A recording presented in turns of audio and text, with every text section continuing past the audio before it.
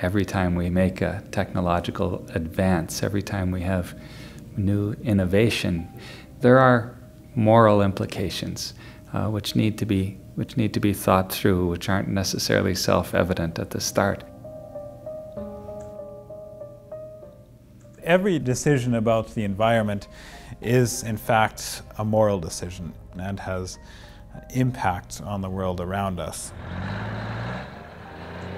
So often it's not seen as a moral issue at all. Everything is economic. And if the economy doesn't support not using the land for mining and fracking and all these other things that are going on, well, the morality of it doesn't even enter into the picture. Without an ethical or moral compass, without a relationship that's guided by spirituality, we will continue to go in the direction that things are going. If we're going to survive as a human race, we're simply having to make that choice, to choose life, and to choose it in this very concrete way of caring for the earth.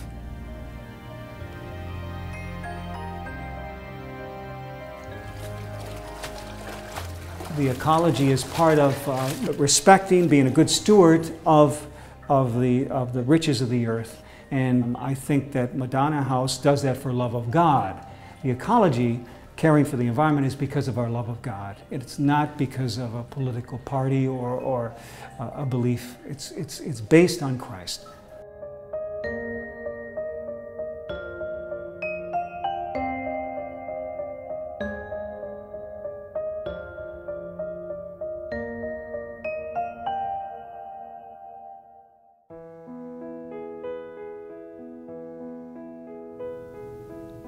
The fifth theme is that care for the environment is a moral issue. There's a profound need for formation, for an ethically responsible use of technology. Instead of working from a mentality which says, because we can do it, we should do it, we move towards a mentality which says, we can do it, but is this something which helps us advance as a people, as a society, as a world?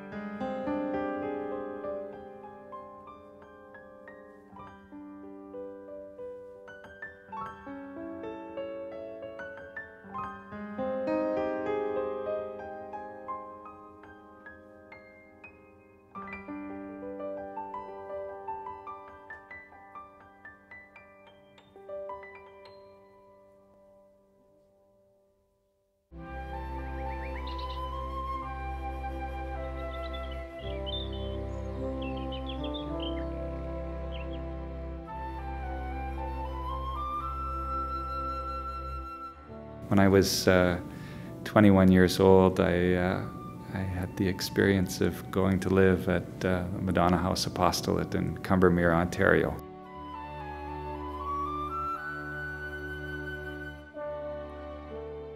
Madonna House is a community of lay women, lay men, and priests. Founded by Catherine Doherty in the late 1940s, which tries to live off the land, it tries to live simply, but to live the gospel fully without compromise. And I spent 8 months there, and I learned a great deal about how to live as a disciple from Madonna House.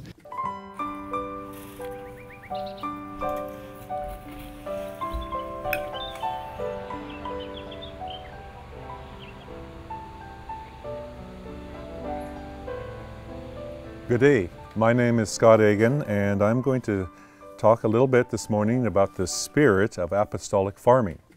What is the spirit of apostolic farming? Well, as you all know, Catherine Doherty put into this little pamphlet called Apostolic Farming, which, by the way, is available. Catherine coined that phrase, and she says to us, I'm an apostle, you're an apostle. We're meant to be sent out to preach the gospel, not so much with our words, but the way we live, the way we work, the way we pray. Now, as you can see, we have hanging here on the podium what we call the seal of St. Benedict's Acres.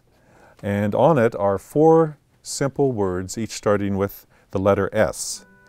The first word is service. Catherine says, apostolic farming is love that spills itself into the earth to love it as God loved it. Why do we want to serve? I think we want to serve because we can see that God serves us every day. God makes the sun come up. God makes a seed grow. God allows the animals to grow in the womb and to reproduce and to grow for us. He makes the rain fall. So in imitation of how God is serving us each day, our hearts want to serve Him back by serving each other and by serving the animals and the plants and the land. The next word is simplicity. We have found that choosing to do the simplest thing, a work in the simplest way, is often the best way. We are more available to God. We're more available to listen to His Word, rather than if we choose a complex way of life and a complex way of doing everything. The word stewardship is a special treasure for the Christian. We know that it comes directly from the Gospels. The good steward was the one who was able to use his wit and his ingenuity to help other people pay back their debts for their master. We try to be good stewards of the land, of the plants and the animals. And the last word on this plaque is sanctity. We believe that all work is holy, and Catherine reinforced that in us. And it also comes from the Benedictine motto, Ora et Labora, which means always praying and working together, the unity of those two. When you farm, or when you work with the earth, things are out of control a lot of the time. You have the weather, you have animals, you have all sorts of things. And so you're always facing the possibility of failure. And that's where real sanctity comes in, because what do you do in the face of failure? You pray and you persevere.